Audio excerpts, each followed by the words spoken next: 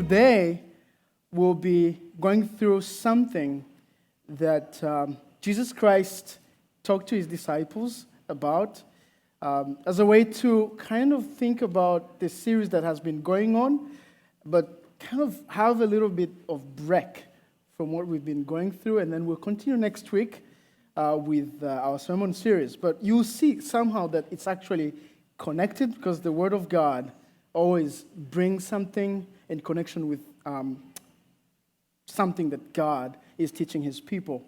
And the sermon title today is basically, "Do not worry, your heavenly Father cares for you." You notice that that's the reason we should not worry. And it's from our text, Matthew 6:25 to 34. I never mentioned my name. My name is Clement Tendall.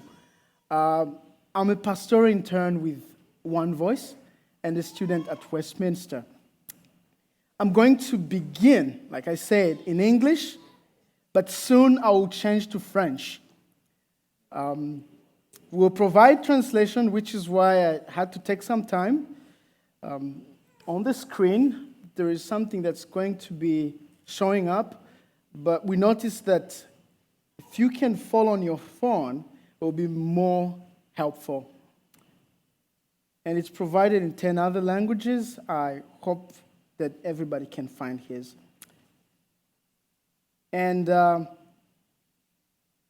book of Matthew was written both for Jewish people and Gentile Christians.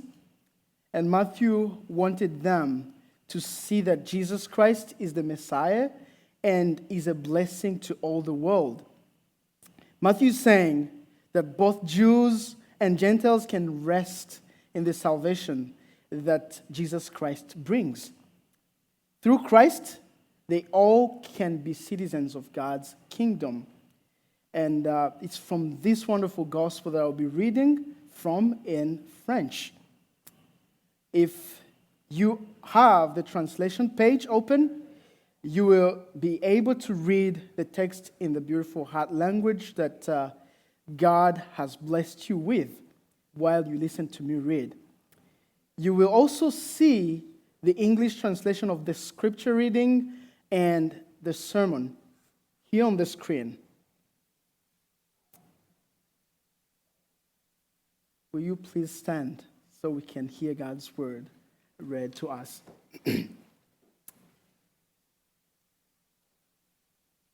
Matthieu chapitre 6, versets 25 à 34. Matthew 6, 25 to 34. C'est pourquoi je vous dis, ne vous inquiétez pas pour votre vie de ce que vous mangerez, ni pour votre corps de quoi vous serez vêtus. La vie n'est-elle pas plus que la nourriture et le corps plus que le vêtement? Regardez les oiseaux du ciel. Ils ne sèment ni ne moissonnent, et ils n'amassent rien dans le grenier, et votre Père céleste les nourrit. Ne valez-vous pas beaucoup plus qu'eux? Qui de vous, par ses inquiétudes, peut ajouter une coudée à la durée de sa vie? Et pourquoi vous inquiétez au sujet du vêtement? Considérez comment croissent les lys de champs. Ils ne travaillent ni ne filent. Cependant, je vous dis que Salomon, même dans toute sa gloire, n'a pas été vêtu comme l'un d'eux. Si Dieu rêvait ainsi l'herbe de champ, qui existe aujourd'hui et qui demain sera jetée au four, ne vous vêtira-t-il pas, à plus forte raison, gens de peu de foi? Ne vous inquiétez donc point, et ne dites pas, que mangerons-nous, que boirons-nous, de quoi serons-nous vêtus? Car toutes ces choses, ce sont le païen qui les recherche. Votre Père céleste sait que vous en avez besoin. Cherchez premièrement le royaume de Dieu et la justice, et toutes ces choses vous seront ajoutées par-dessus. Ne vous inquiétez donc pas du lendemain, car le lendemain aura soin de lui-même. À chaque jour suffit sa peine. Let's read together Isaiah 40, verse 8. L'herbe sèche, la fleur tombe, mais la parole de notre Dieu subsiste éternellement. Vous may be seated. Prions ensemble. Père Céleste, merci pour aujourd'hui. Nous sommes reconnaissants de pouvoir être ici pour t'entendre nous parler. Pendant que tu nous nourris, satisfais nos aspirations par ta parole. Accorde-nous la grâce de la prendre au sérieux pendant que nous faisons face aux problèmes de la vie. Par ta parole, que ton esprit nous fortifie pour croire en ta prise en charge pour nous. Aide-nous, tes enfants, à garder ta parole au centre alors que nous recherchons ton royaume et ta justice. Nous prions ceci au nom de Jésus. Amen. Lève ta main si tu n'as jamais été inquiet de quoi que ce soit.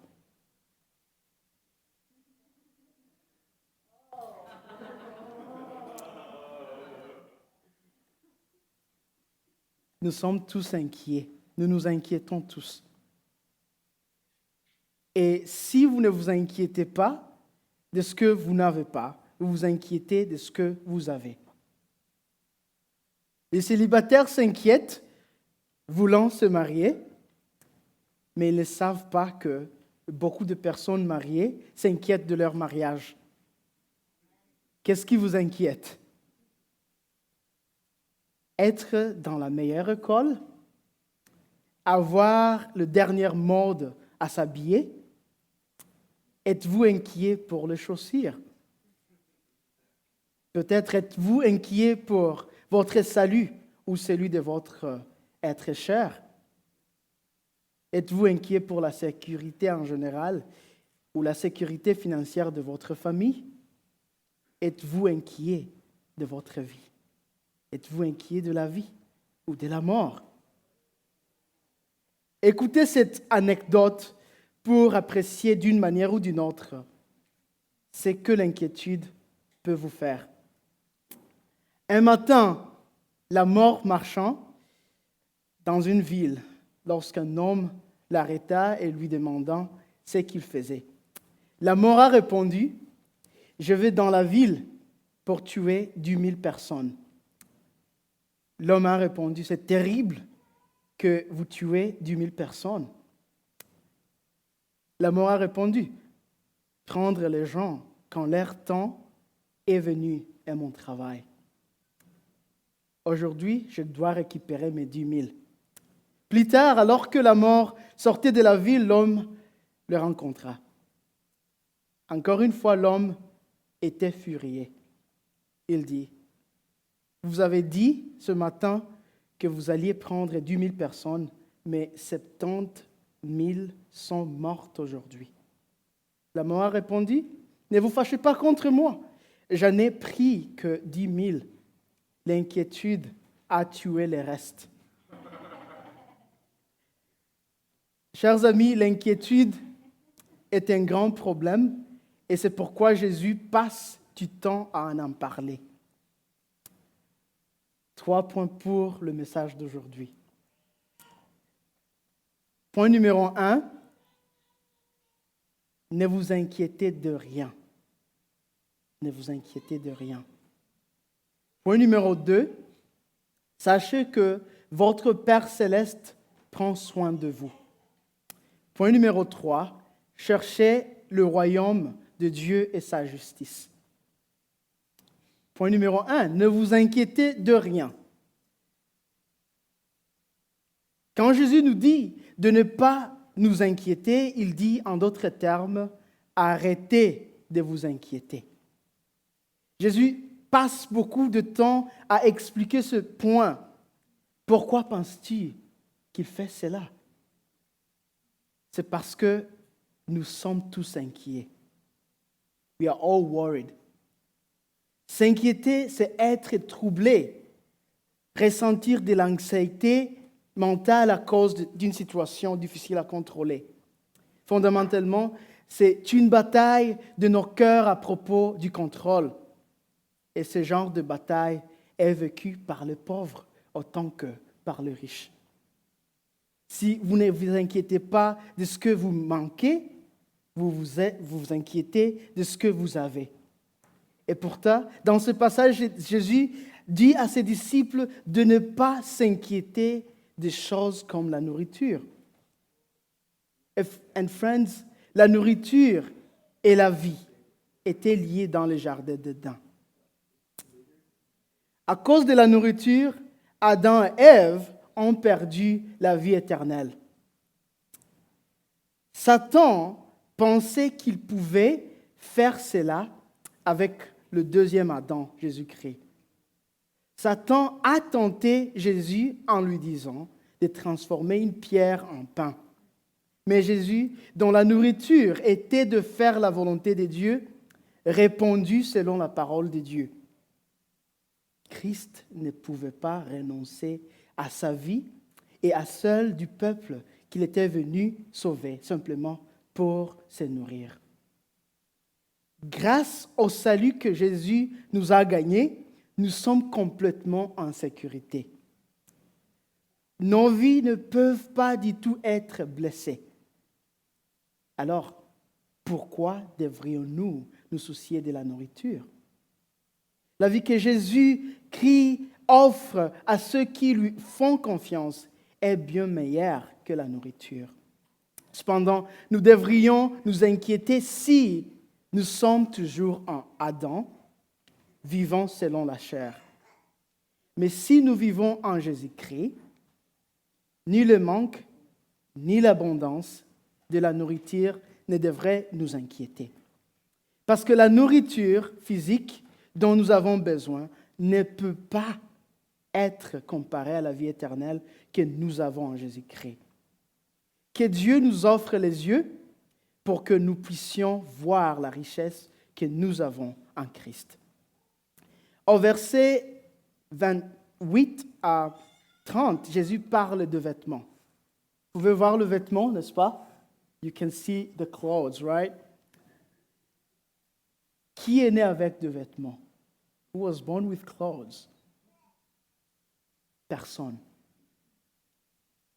Nous sommes inquiets par la prochaine paire de souliers ou par l'achat de marques telles que Gucci, Nike, Polo, Adidas.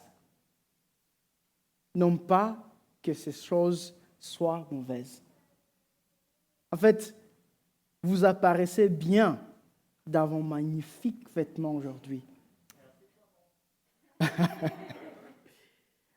Mais pensez à ceci, votre corps est bien meilleur que le vêtement coûteux que vous voulez porter. Et pourtant, vous n'avez besoin de vêtements que pendant que votre corps fonctionne encore. You can see the car, right? La semaine dernière, j'ai connu un accident de voiture. Pendant les 30 secondes où ma voiture était hors contrôle, je ne me suis jamais posé de questions sur le vêtement ou la nourriture. I never wondered about the clothes I was wearing or the next meal I was going to have in those 30 seconds. Au lieu de cela, tout au long de l'accident, je me suis demandé si j'étais en train de mourir ou si j'étais encore en vie. Et le mot suivant qui sortait de ma bouche était « Je suis vivant, je suis vivant ». Wow! Wow! Ces 30 secondes m'ont montré ce qui compte vraiment, la vie dans le corps. Je puis voir que la raison pour laquelle j'étais encore en vie était que Dieu me soutient.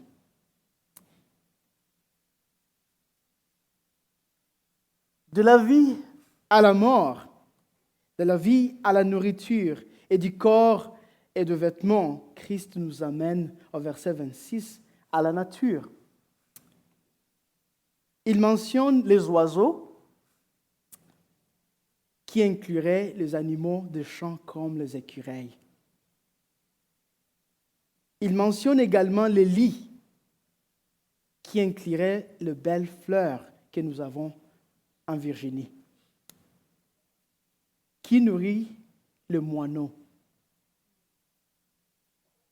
Ces oiseaux ordinaires qui ne sèment ni ne moissonnent, qui nourrit les écureuils que l'on voit partout ici en Virginie, qui rend ces fleurs belles comme ça. Tu peux le voir, n'est-ce pas? Cher ami, j'aime regarder les fleurs ici en Virginie pendant que je me promène. Je ne peux pas m'empêcher de prendre des photos.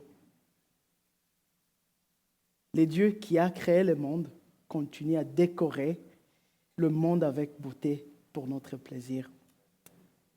Jésus nous indique que Salomon était l'homme le plus riche et le plus sage du monde.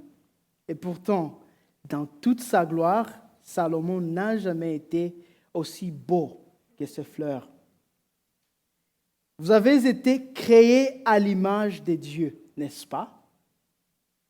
Aren't you created in the image of God? Oui. Vous êtes craintivement et merveilleusement créés, comme nous le voyons dans Psaume 139, verset 14. Après avoir créé les êtres humains, Dieu a dit quelque chose qu'il n'a pas dit après avoir créé d'autres choses. Il a dit que d'autres choses étaient bonnes. Mais après avoir créé l'homme, Dieu a dit dans Genèse chapitre 1er, verset 31, que c'était très bon. Parce qu'il prend soin de vous et de moi, Dieu fait pousser des plantes afin que nous ayons de la nourriture dans nos réfrigérateurs. Psaume 104, verset 114. C'est Dieu qui prend soin de vous, tous, va jusqu'à connaître le nombre des cheveux sur votre tête. Ainsi, aucune partie de vous ne peut périr à son issue. Nous lisons dans Luc chapitre 12, versets 7, 21 et 18. Jésus ne veut pas que nous nous inquiétons parce que s'inquiéter, c'est se plonger dans une futilité. Versets 27 et 34. S'inquiéter ne peut rien ajouter à notre être. Au lieu de cela, cela nous trouble d'autant plus. S'inquiéter pour demain rend des choses encore pires. Parce qu'aucun de nous ne sait ce qui va arriver dans la prochaine heure. We are just here right now. Nobody knows what's going to happen in 1 hour. Se soucier du lendemain, c'est comme tenir le vent dans la paume de nos mains, puisque nous ne pouvons pas tenir le futur. S'inquiéter, c'est avoir peu de foi. Verset 30. Nous nous inquiétons parce que nous oublions que la terre et tout ce qu'elle contient appartiennent au Seigneur. Psaume 24, verset 1er. Dieu promet de subvenir aux besoins de ses enfants. Psaume 4, Philippiens 4, verset 19. Souvenez-vous que vous pouvez être inquiet, mais Jésus ne s'inquiète pas de là où il est en ce moment. Il est capable de vous apporter la paix dans toutes vos circonstances. Il est avec vous et en vous. Ayez croyance en lui. Ayez confiance en lui. Qu'est-ce qui vous inquiète? Votre mariage est-il difficile? Dieu a inventé le mariage, alors demandez-lui de le réparer. Êtes-vous inquiet au sujet de la maladie? Dieu vous a formé et vous soutient. Il est donc capable de vous guérir. Êtes-vous en train de lutter dans votre marche avec le Seigneur? Hébreux chapitre 7, verset 25 nous dit, « Il sauve au maximum ceux qui viennent à lui. » N'êtes-vous même pas sûr d'être sauvé? Jésus est un sauveur doux et humble. Aujourd'hui, vous pouvez courir vers lui avec votre lourd fardeau. Matthieu chapitre 11. Êtes-vous inquiet pour l'avenir? Il les détient dans sa main. Ainsi, mes amis, la solution à tous les problèmes humains ne sont pas les programmes ou les mots d'autopersuasion. La solution est la foi en Dieu, le Créateur et celui qui soutient tout ce qu'il a créé. Quand Jésus dit « Ne vous inquiétez pas », il ne favorise pas la paresse ou l'insouciance. Nous ne pouvons pas arrêter de travailler parce que Jésus a dit que nous ne devrions pas nous inquiéter. Au contraire, nous devons travailler dur dans la prière et faire des plans pour le futur parce que nous avons confiance qu'il établira le travail de nos mains. Point 2. Sachez que votre Père céleste prend soin de vous. Matthieu 6, verset 32, il nous dit « Car toutes ces choses, ce sont le païen qui les recherche. Votre Père céleste sait que vous en avez besoin. » Vous êtes plus précieux pour Dieu que tout ce qu'il a créé, comme nous l'avons vu au verset 26. Vous êtes créés à l'image de Dieu, à son image, comme nous lisons dans Genèse chapitre 1er, verset 27. C'est à cause de l'amour de Dieu pour le porteur de son image qu'il a initié la rédemption. Le salut est notre besoin fondamental parce que notre problème fondamental est le péché. Nous n'avons pas autant besoin de nourriture, de vêtements et d'autres choses que nous avons besoin de la vie éternelle. Nous devons connaître Dieu personnellement et avoir une relation avec lui. Nous devons être restaurés à la présence parce que le péché nous a privés de ce privilège. Sa promesse est qu'il sera avec nous. La présence de Dieu était encourageante et réconfortante pour Josué alors qu'il conduisait le peuple de Dieu vers la terre promise. Dieu a dit dans Josué 1, chapitre 1, verset 5, « Aucun homme ne pourra se tenir devant toi tous les jours de ta vie. Tout comme j'étais avec Moïse, je serai avec toi. Je ne te quitterai pas et ne t'abandonnerai pas. » Frères et sœurs, vous avez besoin de la présence de Dieu avec vous. Parce que si vous êtes avec celui qui possède la terre et tout ce qu'il contient, de quoi pouvez-vous vous soucier? Bien sûr, rien. Rien. Savez-vous qu'il vous aime au point qu'il a donné son Fils unique? Jean chapitre 3, verset 15. Écoutez ce que Paul dit dans Romains chapitre 8, verset 32. Lui qui n'a pas épargné son propre Fils, mais l'a livré pour nous tous, comment ne nous donnera-t-il pas aussi toutes choses avec lui? Le Fils de Dieu s'appelle Emmanuel, ce qui signifie que Dieu est avec nous. Si Dieu lui-même est avec nous, nous ne pouvons pas douter de son souci envers nous.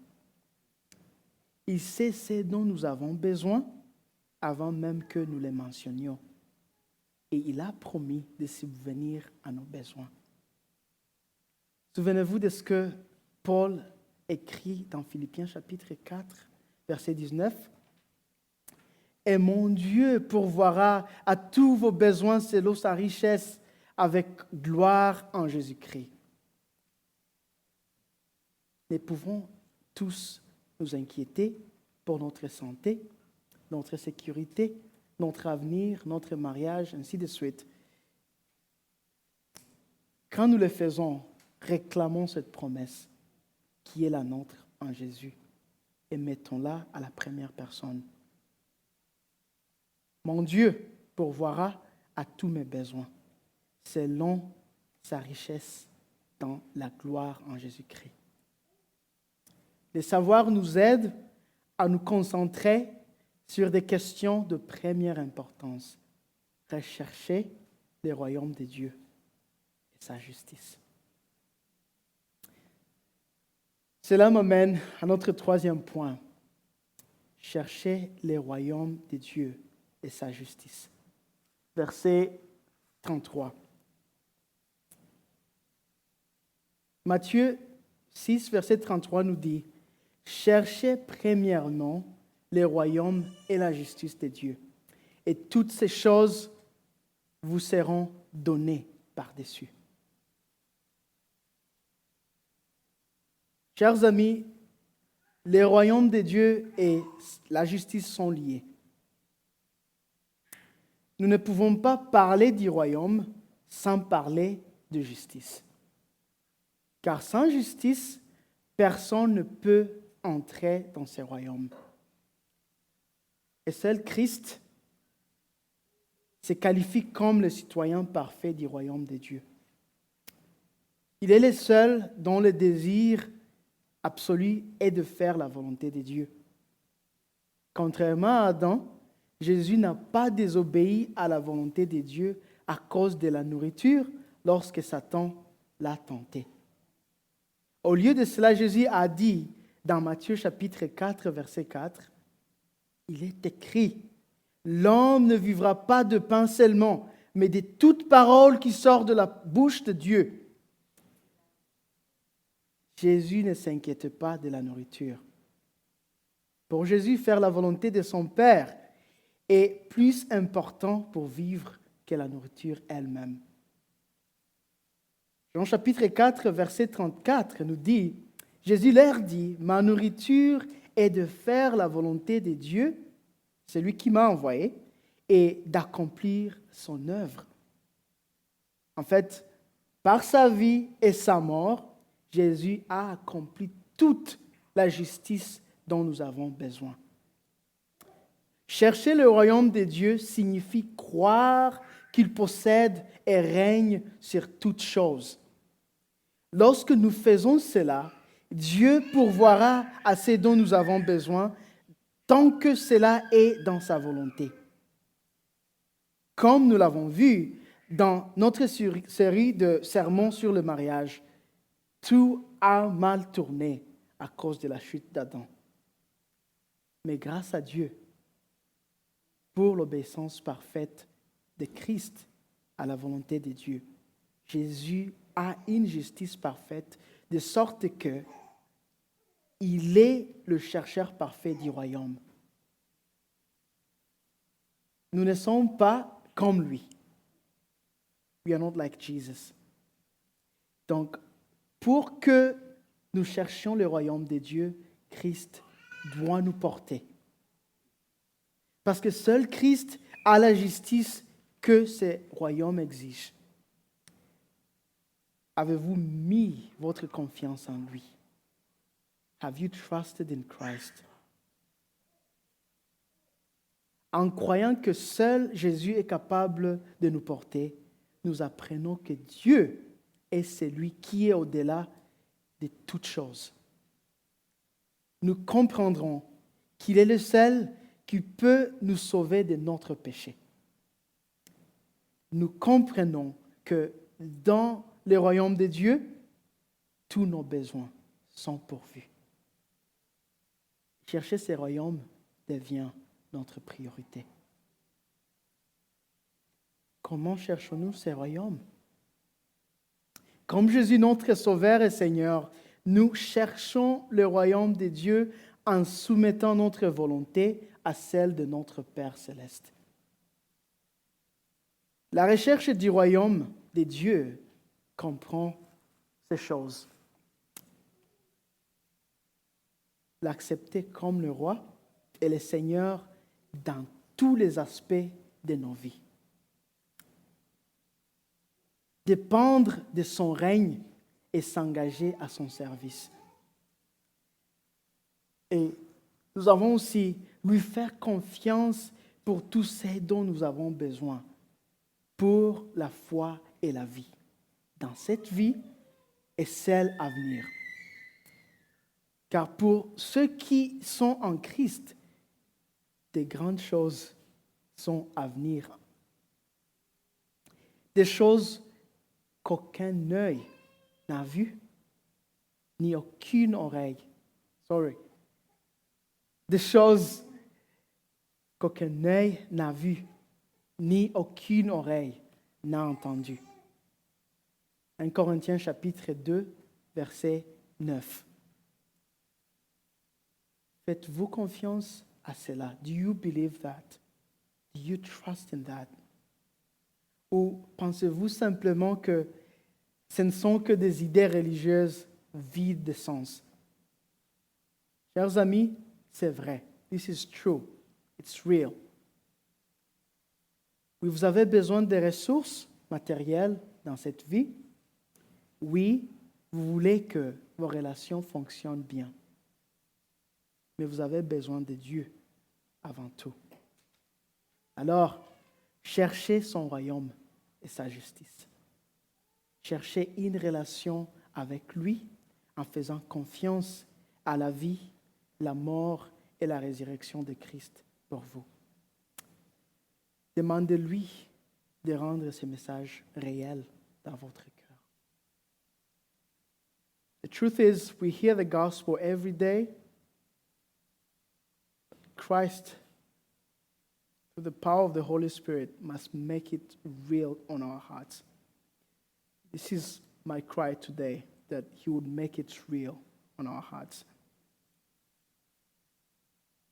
N'oubliez pas qu'il a fourni plusieurs moyens de grâce pour nous aider dans cette vie. Ceci inclut la prière, la communion avec les frères et sœurs en Christ, l'adoration et l'étude de la parole de Dieu. Nous recevons aussi la grâce lorsque nous attendons la parole prêchée et participons au sacrement. Ces choses renforcent notre foi lorsque nous survenons de moments d'inquiétude et d'anxiété. Enfants de Dieu, ne vous inquiétez pas, car notre Père céleste prend soin de vous. Bien au contraire, cherchez le royaume des dieux pendant que nous vivons ici, sous son règne. Lord, help us. Let us pray.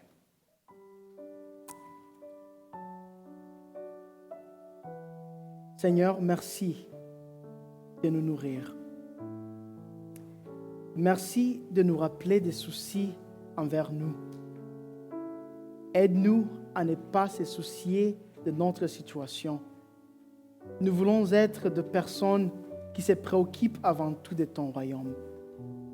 Pendant que ton esprit nous donne le pouvoir, nous voulons être des gens qui ont confiance en la justice trouvée dans notre union avec ton Fils Jésus-Christ.